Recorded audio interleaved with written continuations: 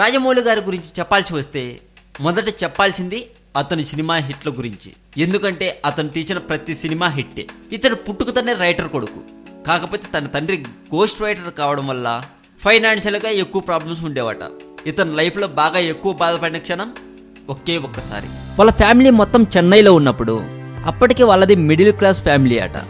అయితే ఇంట్లో వాళ్ళు వెళ్ళి కూరగాయల మార్కెట్కి వెళ్ళి అప్పుగా కూరగాయలు తీసుకురా అని పంపగా అక్కడికి వెళ్ళారట. వెళ్ళిన తర్వాత అప్పటికే వాళ్ళు చాలా అప్పు ఉండడంతో కూరగాయల వ్యాపారి చిరాకు పడ్డాడట రాజమౌళి మీద. అప్పుడు నిజంగా చాలా బాధపడ్డానండి అన్నట్లుగా చెప్పుకొచ్చారు రాజమౌళి గారు. ఇక ఇతని సినిమా జర్నీ గురించి చెప్పాల్సి వస్తే రాజమౌళి గారు ఇంటర్ ఫెయిల్ కావటం వల్ల తన తండ్రి ఖాళీగా కూర్చుంటే తిడుతున్నాడని ఏదో ఒకటి చేస్తే తిట్లు తినడం తప్పుతుందని ఇండస్ట్రీలోకి అడుగు పెట్టాడట. రాజమౌళి గారు మొదట ఎడిటింగ్లో జాయిన్ అయ్యారటండి. ఆ తర్వాత రోజులు మారటంతో డైరెక్షన్ మీద ఇంట్రెస్ట్ వచ్చింది. ఇక రమ గారు రాజమౌళి గారి ప్రేమ వ్యవహారం గురించి చెప్తాను. రమ గారు రాజమౌళి గారికి బంధువు. వాళ్ళు 7 years ఫ్రెండ్షిప్ చేశాక ఒకరిని ఒకరు అర్థం చేసుకున్నాక ప్రేమ విషయం చెప్పుకున్నారట.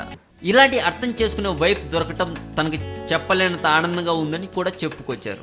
ఇక చివరిగా రాజమౌళి గారు ఒక మాట చెప్పారండి, చదువుకు డైరెక్షన్కి అస్సలు సంబంధం లేదని. ఎందుకంటే అతను చదివిన చదువు ఇంటర్ 2nd year, అది కూడా 4 సంవత్సరాలు. ఈ విషయం మాత్రం నిజమనే చెప్పచ్చు. ఇక మరింత టైం చూసుకుని రాజమౌళి గారి గురించి మరిన్ని విషయాలు చెప్తాను. అప్పటి వరకు చూస్తూనే ఉండండి టాలీవుడ్ సెంట్రల్. హలో, ప్లీజ్ ఒక్క నిమిషం. మేము డైలీ పోస్ట్ చేసే వీడియోలు చూడడం కోసం మా ఛానల్ని సబ్స్క్రైబ్ చేయండి.